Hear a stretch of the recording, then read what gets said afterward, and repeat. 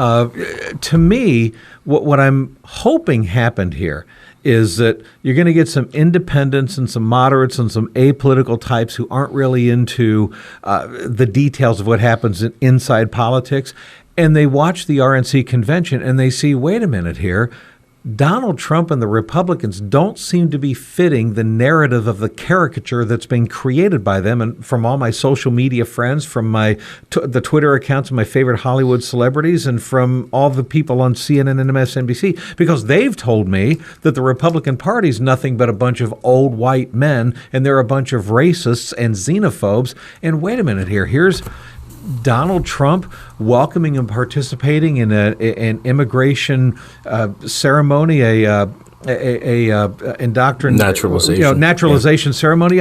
Here he is participating in that. Look at all the African Americans that are speaking. Look at all the women that are empowered here. Look at it's almost, to me, I'm not trying to change the minds of some of the hardcore Democrats. They're not going to do that.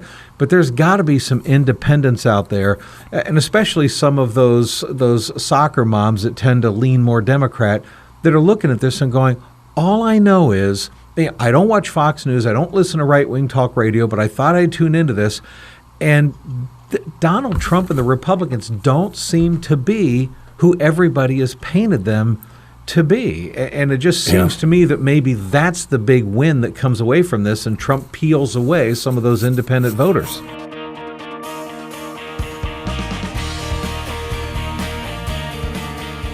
We're talking about the conventions, last week's Democrat convention contrasting with this week's Republican convention.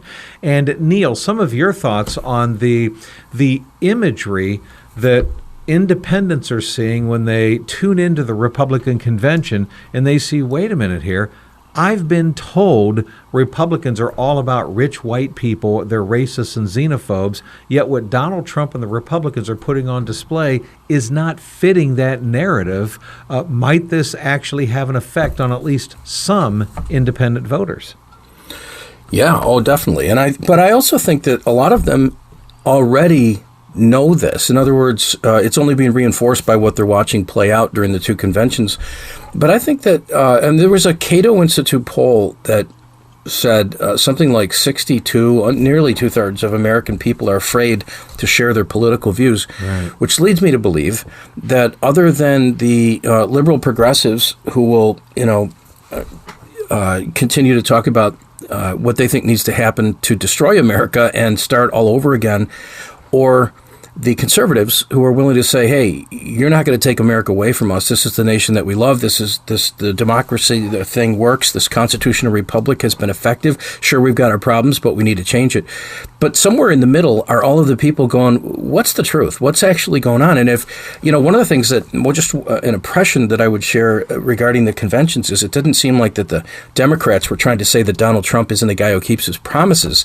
I think that would be one of the points they wouldn't want to touch on. I mean, there have been maybe a couple things like, the border wall from Mexico, didn't get paid for by the Mexicans. And there's maybe a handful of other things that the president's going to try to work on in a second term.